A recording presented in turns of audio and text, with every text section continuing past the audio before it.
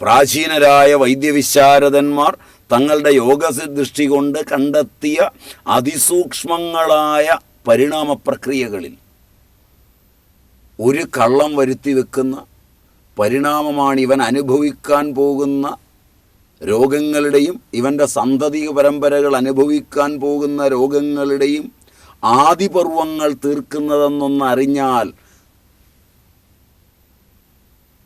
ആ അറിവ് കൊടുത്താൽ അത് സത്യമാണെന്ന് ബോധ്യപ്പെട്ടാൽ ആരാണ് പിന്നെ കള്ളം പറയുക? ഇതുവരെ ജനിച്ചവരും ഇപ്പോൾ ജീവിക്കുന്നവരും ഇനി മരിക്കാൻ പോകുന്നവരും ജനിക്കാൻ പോകുന്നവരുമായവരുടെ മുഴുവൻ സാധ്യതകളും ഉൾക്കൊള്ളുന്നൊരു മസ്തുളങ്കത്തിൻ്റെ അനന്ത സാധ്യതയെ ഉൾക്കൊണ്ടുകൊണ്ട് പചനപാചന പ്രക്രിയയുടെ അന്തസ്ഥ വിഭൂതികളെ മുഴുവൻ സത്യാധിഷ്ഠിതമായി സ്ഥേയമില്ലാതെ അനുഭവിച്ചറിയാവുന്ന ഒരു തലമുറയുടെ ജീവിതക്രമമായിരിക്കണം സംസ്കാരം. അപ്പോൾ സത്യസന്ധത അവൻ്റെ വർണ്ണപ്രപഞ്ചത്തോട്, അവൻ്റെ ബുദ്ധിയോട്, അവൻ്റെ ഓർമ്മയോട്, അവൻ്റെ ധൃതിയോട്, അവൻ്റെ ക്ഷമയോട്, അവൻ്റെ ധൈര്യത്തോട് ഒക്കെ ബന്ധപ്പെട്ടാണ് കിടക്കുന്നത്. നമസ്കാരം സ്വാമി. നമസ്കാരം സ്വാമിജി, കഴിഞ്ഞ ദിവസം നമ്മൾ സ്ഥയത്തിൻ്റെ വഴിയിലാണ് ഏറെ മുന്നോട്ട് പോയത്. നമുക്കതുവഴി തന്നെ പോകാമോ സ്വാമിജി? തീർച്ചയായും. സ്ഥയത്തെ നമ്മൾ ജഡരാഗ്നിയിൽ വരെ കണ്ടു. അതെ അതെ. ഏറ്റവും സ്ഥൂലമായ വർണ്ണനയാണ് ഇപ്പം നമ്മൾ വർണ്ണിച്ചത്, സൂക്ഷ്മമല്ല. അതെ സ്വാമിജി. കാരണം സ്ഥൂലമായ ഒരു പാകപ്രക്രിയയിൽ, അതായത് നമ്മൾ ഇതുവരെയൊക്കെ പറഞ്ഞു വന്ന കാര്യങ്ങളൊക്കെ വൈദ്യശാസ്ത്രത്തിൻ്റെ പര്യമ്പുറങ്ങളിലാണ് പറഞ്ഞത്. മനുഷ്യൻ എന്ന് പറയുന്നത് സ്ഥൂലമായി അവൻ്റെ ശരീരമാണ്. ആ ശരീരത്തിനകത്ത് നടക്കുന്ന ഒരു പാചക പ്രക്രിയയിലാണ് അവൻ്റെ അവയവങ്ങളും കാര്യങ്ങളും എല്ലാം രൂപാന്തരപ്പെടുന്നത്. അത് കൃത്യതയുള്ള ഒരു ഭാഗത്ത് നിന്ന് സത്യം പുലർത്തുന്നവൻ സ്വീകരിക്കുന്ന പ്രാണവായു, അത് കൃത്യമായി ചെന്നാലേ ഈ പാകപ്രക്രിയയും ഭംഗിയുള്ളതായി തീരുള്ളൂ. കാരണം കത്തണമെങ്കിൽ അതിനു വേണ്ടുന്ന പ്രാണന ആവശ്യമാണ്. ഇപ്പോൾ ഒരു ഭാഗത്തുകൂടെ പ്രാണവായു അകത്തേക്ക് കയറുന്നു, നിലനിൽക്കുന്നു, അവൻ പുറത്തേക്ക് വിടുന്നു. അതിൻ്റെ മോശമായത് ഈ മാലിന്യം പുറത്തേക്ക് പോകണം. ഇപ്പോൾ ഒരു കള്ളം പറയുന്ന ഒരുവൻ കള്ളം പറഞ്ഞ് അവൻ്റെ മസ്തുളങ്കം ഒന്ന് നടുങ്ങിയാൽ ശുദ്ധമായ പ്രാണൻ എടുക്കാൻ തുടങ്ങുന്ന സമയത്ത് അവൻ്റെ ഡയഫ്രം താഴോട്ട് വലിഞ്ഞു കൊടുത്ത് ശ്വാസകോശം വികസിപ്പിക്കുന്നില്ലെങ്കിൽ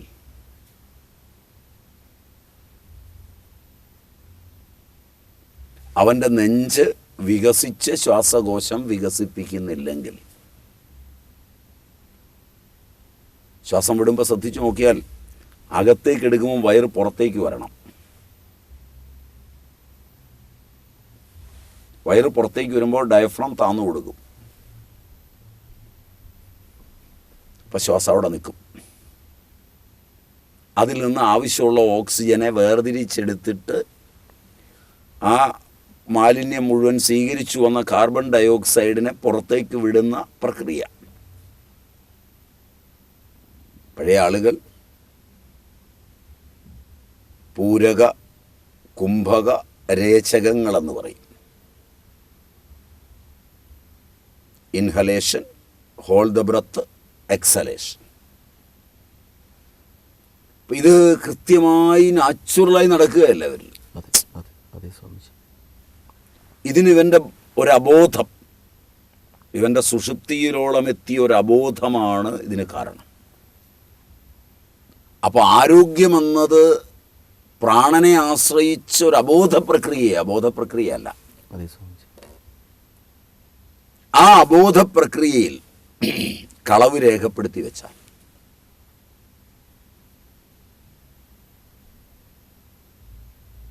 ഇവൻ്റെ ഈ അവയവം കളവിനനുസരിച്ചൊരു കളവ് ചെയ്യാൻ മസ്തുളങ്കം ഓർഡറിട്ട് പുറത്തിവൻ കാണിച്ചുള്ള കള്ളത്തരത്തിൻ്റെ അടിസ്ഥാനത്തിൽ താഴേണ്ട ഡയഫ്രം താഴാതെ മുകളിലോട്ട് ഉയർന്നാൽ ശ്വാസകോശം വികസിക്കില്ല. നെഞ്ച് വികസിക്കുന്നില്ലെങ്കിൽ ശ്വാസകോശം വികസിക്കില്ല. അപ്പം അകത്തേക്ക് എടുക്കാൻ നേരത്ത് ശ്വാസകോശം ചുരുങ്ങി നിന്നാൽ പ്രാണൻ അകത്തേക്ക് ഇല്ലേല.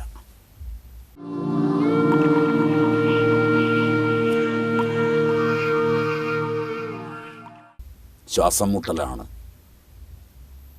ലങ്ങിനെ ബാധിച്ചു, ഹാർട്ടിനെ ബാധിച്ചു, ആസ്തമയാണ്, അലർജിയാണ്. ഇതൊക്കെ വരുമ്പോൾ വൈറസിനെ തേടിയും അമീബയെ തേടിയും ഒക്കെ പോകുന്നതിന് മുമ്പ് മസ്തുളങ്കത്തിൽ നിന്ന് ഈ അവയവങ്ങളിലേക്ക് നിർദ്ദേശം വരാനുള്ള ചാനലുകളിൽ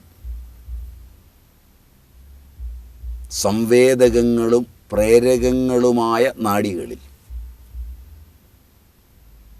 മസ്തുളങ്കത്തിൻ്റെ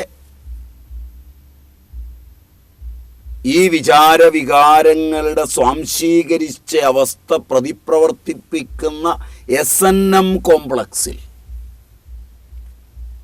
സെൻസോറിയം, ന്യൂട്ടോറിയം, motorium, neuronium, sensorium, neuronium, motorium എന്ന 3 തലങ്ങളിൽ ഒരു ചെറിയ ഗന്ധമോ ശബ്ദമോ സ്പർശമോ രൂപമോ രസമോ ഗന്ധമോ ആകുന്ന വിഷയലോകങ്ങളെ അറിഞ്ഞ് സെൻസ് ചെയ്ത് മണത്തറിയുക, തൊട്ടറിയുക ഒക്കെ ചെയ്യുന്ന കരണവും ഇന്ദ്രിയവും കളേബരം തൊട്ടറിയുന്ന ഈ ജഗത്ത്, അത് ഈ SNM കോംപ്ലക്സിൽ സ്ഥേയവൃത്തികളെ ഉണ്ടാക്കി വിരുദ്ധമായിത്തീരുമ്പോൾ, പ്രാണന്റെ നിലയനം വിരുദ്ധമായി മാറുമ്പോൾ, ആഹാര പചന പാചന പ്രക്രിയ മാറിമറിയുമ്പോൾ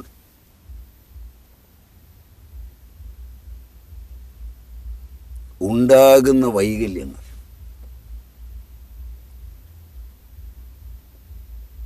അഗ്നിയുടെയും പ്രാണന്റെയും ജലത്തിൻ്റെയും അന്നത്തിൻ്റെയും ഈണം പകർന്ന ഇതിഹാസങ്ങളിൽ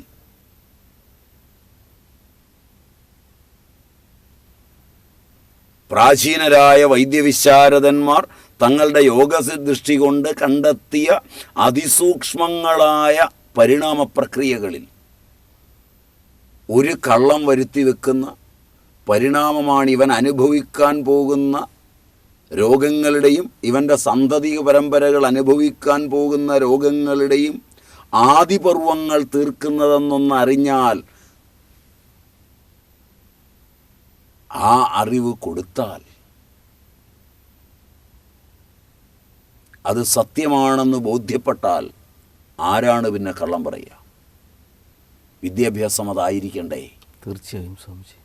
അല്ലാതെ പ്രധാനമന്ത്രി ആരാണ്, പ്രസിഡന്റ് ആരാണ്, അവരുടെ ജീവചരിത്രം എന്താണ്, അവരുടെ സംഭാവനകൾ എന്താണ്, എത്ര പുസ്തകങ്ങൾ എഴുതി, ഇതൊക്കെ പഠിച്ച് ഈ ലോകത്തിൽ മറ്റുള്ളവൻ കാണിച്ചു കൂട്ടിയതെല്ലാം പഠിക്കാൻ തുടങ്ങിയാൽ ഇതുവരെ ജനിച്ചു മരിച്ച മനുഷ്യരെക്കുറിച്ച് മുഴുവൻ പഠിക്കാൻ നേരമൊന്നും കിട്ടില്ല.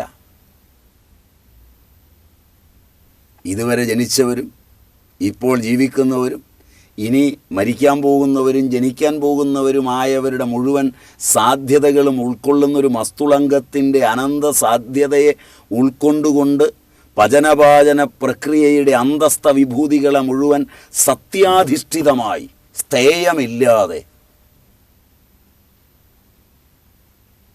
അനുഭവിച്ചറിയാവുന്ന ഒരു തലമുറയുടെ ജീവിതക്രമമായിരിക്കണം സംസ്കാരം.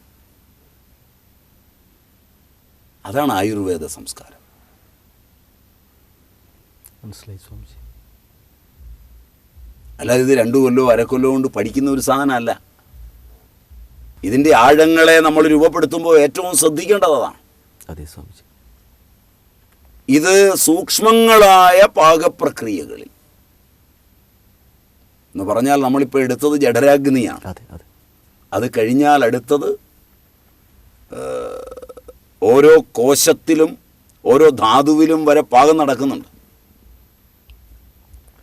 ഭൂതാഗ്നികളിൽ പചിക്കും. പചനത്തിന് ഭൂതാഗ്നികളിൽ പാചകവിത്തം, രഞ്ജകവിത്തം, ആലോചകവിത്തം, ഭ്രാജകവിത്തം, സാധകവിത്തം.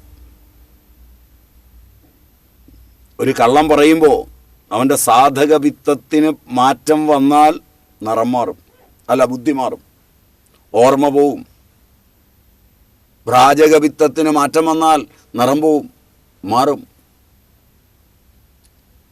അപ്പം സത്യസന്ധത അവൻ്റെ വർണ്ണപ്രപഞ്ചത്തോട്, അവൻ്റെ ബുദ്ധിയോട്, അവൻ്റെ ഓർമ്മയോട്, അവൻ്റെ ധൃതിയോട്, അവൻ്റെ ക്ഷമയോട്, അവൻ്റെ ധൈര്യത്തോട് ഒക്കെ ബന്ധപ്പെട്ടാണ് കിടക്കുന്നത്. ധൈര്യമുണ്ടാകുന്നതിന് ഒക്കെ കളവില്ലാത്ത ഒരു ലോകത്തായിരിക്കണം അവൻ ജീവിക്കുന്നത്. വധി, ധൃതി, സ്മൃതി, വിഭ്രംശാഹ കർമ്മയത് കുരുതേ അശുഭം പ്രജ്ഞാപരാധം തം വിദ്യാത് സർവദോഷ പ്രകോപണം. ആയുർവേദത്തിൻ്റെ പ്രിൻസിപ്പിളാണ്. എവിടെയാണ് ബുദ്ധി തെറ്റുന്നത്, ധൈര്യമില്ലാതാകുന്നത്, സ്മൃതിക്ക് മാറ്റം വരുന്നത്, എന്നിട്ട് കർമ്മങ്ങളെ അശുഭമായി ചെയ്യുന്നത്, അതെല്ലാം പ്രജ്ഞാപരാധമാണ്. അത് രോഗങ്ങളുടെ കാരണമാണ്. കർമ്മങ്ങൾ ശരിയായി ചെയ്യാത്തതും അതുതന്നെയല്ലേ? അതുതന്നെയാണ്. ഇപ്പം എന്തുകൊണ്ടാണ് എനിക്ക് കർമ്മം ശരിയായി ചെയ്യാൻ പറ്റാത്തത്? രോഗം നിമിത്തമാണ്. അപ്പം നാം ഇന്ന് പല മേഖലകളിലും എഴുന്നള്ളിച്ചു വച്ചിരിക്കുന്നത് രോഗികളെയാണ്. നമ്മുടെ മാതൃകാ പുരുഷന്മാർ പലരും മാനസികമായോ ശാരീരികമായോ രോഗമുള്ളവരാണ്. ഒട്ടേറെ ആളുകൾ ആധ്യാത്മികവും ഭൗതികവുമായി നിറഞ്ഞാടുന്നത് പലപ്പോഴും അപസ്മൃതിയിലാണ്. സ്മൃതി വൈരുദ്ധ്യത്തിൻ്റെ ഈ രംഗങ്ങളെല്ലാം കൂട്ടത്തോടെ മനുഷ്യനെ രോഗിയാക്കി മാറ്റുന്നു. ആരോഗ്യമുള്ളവന് മാത്രമാണ് തനിച്ചു നിൽക്കാനാവുന്നത്. തീർച്ചയായും സ്വാമിജി. ഒരു ഊന്നുവടി വേണ്ടി വരുന്നു എന്ന് വരുന്നത് തന്നെ ആരോഗ്യം പോകുമ്പോഴാണ്. ഒരു മനുഷ്യൻ കൂട്ടായ്മയെപ്പറ്റി ചിന്തിക്കുമ്പോഴെല്ലാം പ്രത്യേകം ശ്രദ്ധിക്കണം, ആരോഗ്യത്തോടു കൂടിയാണോ അത് ആഗ്രഹിക്കുന്നത്, ബലം പോകുമ്പോഴാണോ ഒരു പിടുത്തം വേണ്ടി വരുന്നതെന്നോ. ഇത്ര സംഭ്രമജനകമായ പരിണാമം കോശാന്തര വ്യാപാരങ്ങളിലേക്ക്, ധാതുപര്യന്തത്തിലേക്ക് കടന്ന് ധാതുപ്രക്രിയയെപ്പോലും വികലമാക്കി മാറ്റുമ്പോൾ മാനവചേതന കള്ളങ്ങളിലൂടെ, സ്തേയത്തിലൂടെ എത്രമാത്രം രോഗങ്ങളിലേക്ക് പതിക്കുന്നുണ്ട്. അതുകൊണ്ട് നമുക്ക് ലോകത്തോട് പറയേണ്ടിയിരിക്കുന്നു, സ്തേയമരുത്. ഇത് നിന്റെ ഭൂത അഗ്നിയെ മാറ്റിമറിക്കുന്നു, കണ്ണിൻ്റെ കാഴ്ചയെ നഷ്ടപ്പെടുത്തുന്നു, ആലോചക വിത്തത്തിൽ വൈകല്യം വന്നു. നിന്റെ രക്തത്തിന് നിറം കൊടുക്കുന്നതും രക്തകോശങ്ങളെ, കോശങ്ങളുടെ സമൂഹമാണ് രക്തം, ആ രക്തകോശങ്ങളെ മതിയാം വണ്ണം സംരക്ഷിച്ച് വിവിധങ്ങളായ രക്തകോശങ്ങൾക്ക് ജന്മം കൊടുക്കുകയും അവയെ സമ്യക്കായി നിലനിർത്തുകയും ചെയ്യുന്ന പ്രക്രിയയെ നിന്റെ രഞ്ജകവിത്തം മാറ്റിമറിക്കുന്നു. അപ്പോൾ പാചകവിത്തത്തിൽ, രഞ്ജകവിത്തത്തിൽ, ആലോചകവിത്തത്തിൽ, ഭ്രാജകവിത്തത്തിൽ, സാധകവിത്തത്തിൽ ഒരുപാട് മാറ്റം വരുത്താൻ ഒരു കള്ളം മതി. മനസ്സിലായി സ്വാമിജി. ഒരു കള്ളം ചെയ്തിട്ട് വന്നു നിൽക്കുന്ന ഒരു കുട്ടിയെ ഒരു അധ്യാപകൻ വിളിച്ചു നിർത്തുന്ന മാത്രയിൽ അവൻ വിളറുന്നത് കാണാം. രക്തത്തിൽ എത്ര മാറ്റം വന്നു നോക്കാം. ഒരാഴ്ച കഴിഞ്ഞ് പരിശോധിക്കുമ്പോഴായിരിക്കും WBC കൂടുതൽ കാണുന്നത്, അളവിൽ കുറഞ്ഞു കാണുന്നത്, അളവിൽ ഹീമോഗ്ലോബിൻ ഇടിഞ്ഞു താന്നത്, പ്ലേറ്റ്ലെറ്റ് മാറിപ്പോയത്, കുറഞ്ഞു പോയത്. ആ വിളർച്ചയ്ക്ക് ഇടവരുത്തുന്ന ഒരു കർമ്മത്തിൽ അവൻ വീഴാതിരിക്കാൻ അച്ഛനമ്മമാരും അധ്യാപകരും അവൻ തന്നെയും ശ്രദ്ധിക്കുന്ന വിദ്യാഭ്യാസമാണ് ഉത്തമ വിദ്യാഭ്യാസം. അല്ലാതെ കളവുകൾക്കും വഞ്ചനകൾക്കും സാന്നിധ്യമുണ്ടാക്കി കൊടുക്കുകയും അത് ചെയ്യാൻ പ്രേരിപ്പിക്കുകയും ചെയ്തു കഴിഞ്ഞ് ശാസിക്കുകയും അത് കഴിഞ്ഞ് ശിക്ഷിക്കുകയും കൈവിടുകയും ചെയ്യുമ്പോൾ അവനിലുണ്ടാകുന്ന വിളർച്ചയുടെയും പരിണാമത്തിൻ്റെയും അടിസ്ഥാനത്തിൽ അവൻ അനുഭവിക്കേണ്ടി വരുന്ന രോഗങ്ങളും അവൻ്റെ കുഞ്ഞുങ്ങൾ അനുഭവിക്കേണ്ടി വരുന്ന രോഗങ്ങളും കുഞ്ഞുങ്ങളുടെ കുഞ്ഞുങ്ങൾ ഭാവിയിൽ അനുഭവിക്കേണ്ടി വരുന്ന രോഗങ്ങളും ആലോചിക്കുമ്പോൾ വൈദ്യശാസ്ത്രമെന്നത് വിദ്യാഭ്യാസത്തിൻ്റെയും സാമൂഹിക ജീവിതത്തിൻ്റെയും ആഹാരത്തിൻ്റെയും വ്യവസ്ഥാപിത കുടുംബജീവിതത്തിൻ്റെയും ഒക്കെ അടിസ്ഥാനത്തിൽ ശ്രദ്ധിക്കപ്പെടേണ്ട ഒന്നായി മാറുന്നു. ഇവിടെയാണ് ഈ ഒരു മാനബിന്ദുവിലാണ് ഏറ്റവും ശ്രദ്ധിക്കേണ്ടത്. അവിടെയാണ് നമുക്ക് പലപ്പോഴും തെറ്റുപറ്റിയിരിക്കുന്നത്. നമ്മൾ ആലോചിച്ചിട്ട് പോലും ഇല്ലാത്തത് അവിടെയാണ്. അപ്പോൾ നമ്മുടെ രഞ്ജകവിത്തത്തിൽ, ആലോചകവിത്തത്തിൽ, ഭ്രാജകവിത്തത്തിൽ, പാചകവിത്തത്തിൽ ഒക്കെ വരുന്ന ഓരോ പരിണാമവും എങ്ങനെയെല്ലാം രോഗിയെ ഉണ്ടാക്കും. ഒന്ന് ശ്രദ്ധിച്ച് നോക്കിയാലേ ഇതറിയാൻ പറ്റൂ. ഇത് നമ്മൾ പലപ്പോഴും ശ്രദ്ധിച്ചിട്ടില്ല. അപ്പം ഇങ്ങനെ ശ്രദ്ധിക്കാത്ത ഒരു സാമൂഹിക ക്രമത്തിൽ നിന്ന് ശ്രദ്ധയിലേക്ക് കൊണ്ടുവരണമെങ്കിൽ അവൻ്റെ ആലോചക വിത്തത്തിലും രഞ്ജക വിത്തത്തിലും ഒക്കെ വരുന്ന മാറ്റമാണ് നമ്മളീ പറഞ്ഞത്. ഇത് സത്യം പറഞ്ഞാൽ മുമ്പേ പറഞ്ഞ ജഡരാഗ്നിയിൽ നിന്ന് അടുത്ത പടിയാണ്. വീണ്ടും ഇതിനേക്കാൾ സൂക്ഷ്മമായ സപ്ത ധാതു അഗ്നികളുണ്ട്. നമ്മുടെ കഴിച്ച ആഹാരം പചിച്ച് രൂപാന്തരപ്പെട്ട് രസമായി തീരുക, അങ്ങനൊരു കോശസമൂഹമാണ് രസത്തിൻ്റെ കോശസമൂഹം, ടിഷ്യൂസ്. അത് 7 തൊലികളും അതിനുള്ളിലുള്ളൊരു ദ്രാവകവും ഒക്കെ അടങ്ങുന്ന ധാതുവാണ്. ത്വക്കിനെ ഉൾപ്പെടുത്തിയും ഉൾപ്പെടുത്താതെയും ദ്രാവകത്തെയൊക്കെ പറയുന്നുണ്ട്. അതിനനുസരിച്ചുള്ള അതിൻ്റെ ബുദ്ധിയുണ്ട്. ഇപ്പം തീയ്, അത് തീയാണ്, പൊള്ളും എന്ന് നമ്മളെ അറിയിക്കുന്നത് ഈ ത്വക്കടുക്കലേക്ക് പോകുമ്പോഴാണ്. ഇത് ഊഷ്മാവുള്ള ശരീരമാണ് എന്നറിയുന്നത് ത്വക്കുകൊണ്ട് തൊടുമ്പോഴാണ്. ഇത് തണുപ്പാണെന്നറിയുന്നതും സ്പർശനം കൊണ്ടാണ്. അപ്പോൾ സ്പർശിച്ചറിയുന്ന ത്വക്കിൻ്റെ വികാരങ്ങളെല്ലാം നമ്മളെ തെറ്റിദ്ധരിപ്പിക്കാതിരിക്കണം. നമ്മളെ തെറ്റിദ്ധരിപ്പിച്ചാൽ തീ നമ്മൾ കയറി പിടിക്കും, പൊള്ളും. അപ്പോൾ നമ്മുടെ ത്വക്കിന് ആരോഗ്യമുള്ള സ്പർശനം കിട്ടണം. ത്വക്കിനറിയാൻ കഴിയണം ആ സ്ത്രീ അല്ലെങ്കിൽ പുരുഷൻ സ്പർശിക്കാൻ യോഗ്യമാണോ അല്ലയോ എന്ന്. ആ സ്പർശനം ആരോഗ്യവും തരാം, അനാരോഗ്യവും തരാം. മനസ്സിലായി സ്വാമിജി. അപ്പം നമ്മൾ പുലർത്തിപ്പോരുന്ന സത്യസന്ധതയാണ് ത്വക്കിൻ്റെ ബുദ്ധിയിൽ, ത്വക്കിൻ്റെ ദേവതയിൽ ഒരറിവായിരുന്ന് ജീവിതകാലം അത്രയും നാം അറിഞ്ഞും അറിയാതെയും പലരെ സ്പർശിക്കുകയും പല സ്ഥലത്ത് സ്പർശിക്കുകയും പലയിടങ്ങളിൽ കിടക്കുകയും ഒക്കെ ചെയ്യുമ്പോഴും ആ ധാതു അഗ്നിയിൽ കോപം വരാതെ നമ്മുടെ ആരോഗ്യത്തെ കാത്തുപോരും വിധം രസത്തെ രക്ഷിക്കുന്നത്. ആ ദേവതയെ എത്ര നമസ്കരിക്കണം. തീർച്ചയായും സ്വാമിജി. അതുപോലെ രക്തത്തിൻ്റെ ദേവതയെ, അവിടെ ഒരു അഗ്നിയാണ്. കൃത്യമായി ഇത്ര മുതൽ ഇത്ര വരെ ഹീമോഗ്ലോബിൻ വേണം, ഇത്ര പ്ലേറ്റ്ലെറ്റ് വേണം, ഇത്ര WBC വേണം. അത് ഈ അഗ്നിയാണ് നിയന്ത്രിക്കുന്നത്. മാംസം കൂടരുത്, ശരീരത്തിൽ കുറഞ്ഞു പോകരുത്. ഒരു വലിയ കോശ സമൂഹമാണ് നമ്മുടെ മാംസം, വളരെ വലുതാണ്. അതിനകത്തൂടെ എല്ലാം വളഞ്ഞും തിരിഞ്ഞും ഒക്കെ രക്തം പോകണം. തീർച്ചയായും സ്വാമിജി. ഇതൊക്കെ എത്ര സങ്കീർണതയിലാണ് നിൽക്കുന്നത്. ഇതിനൊരു സത്യമില്ലെങ്കിൽ ഇതെങ്ങനെ നിലനിൽക്കും? ഇതൊരു കള്ളത്തരത്തിൽ എങ്ങനെ നിലനിർത്താൻ പറ്റും? അതെ. ഈ മാംസം പരിണമിച്ച് മേധസ്സാകുമ്പോൾ അതിൻ്റെ ലോകം, കൊഴുപ്പിൻ്റെ ആ മേധസ്സിൻ്റെ ലോകം എങ്ങനെ നിലനിൽക്കും? അത് വീണ്ടും പരിണമിച്ച് നമ്മുടെ അസ്ഥിയായി മാറുമ്പോൾ അതാണ് നമ്മളെ നടത്താനും ഇരുത്താനും ഒക്കെ പ്രേരിപ്പിക്കുന്നത്. അതിലാണ് നമ്മൾ പിടിച്ചു നിൽക്കുന്നത്. ഊന്നുവടിയാണത്.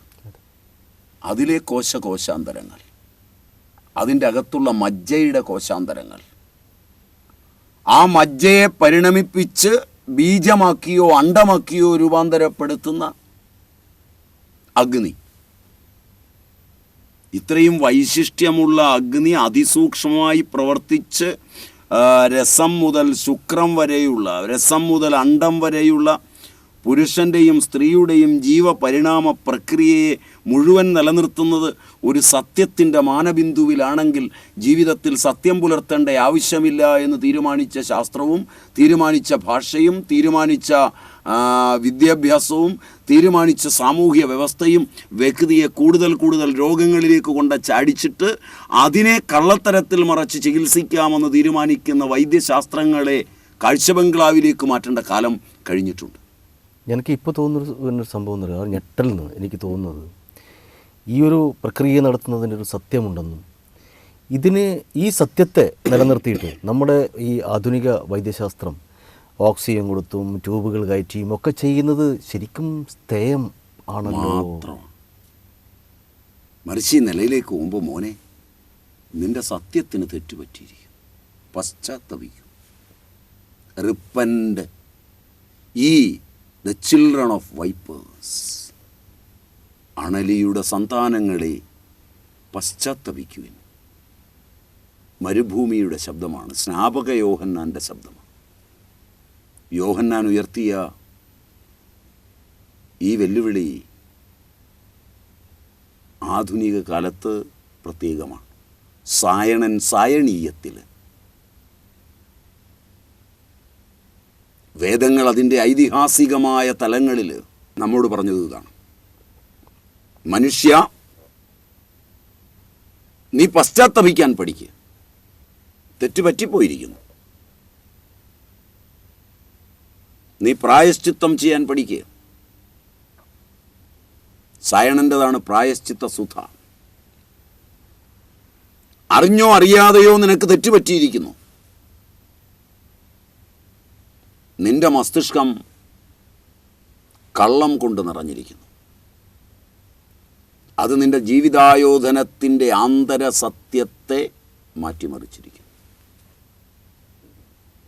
സത്യത്തിൻ്റെ അമൂല്യമായ ചരടിലാണ് ഈ കോശങ്ങൾ ഓരോന്നും കോർക്കപ്പെട്ടിരിക്കുന്നത്. അതുകൊണ്ട് ഹേ മാനവ, സത്യം വെടിയാതിരിക്ക്, കള്ളം പറയാതിരിക്ക്, നിൻ്റെ ആരോഗ്യം അനുസ്യൂതമായിരിക്കും എന്നൊരു ആരോഗ്യശാസ്ത്രം നമുക്കിന്ന് വളരെ അനിവാര്യമായിരിക്കുന്നു.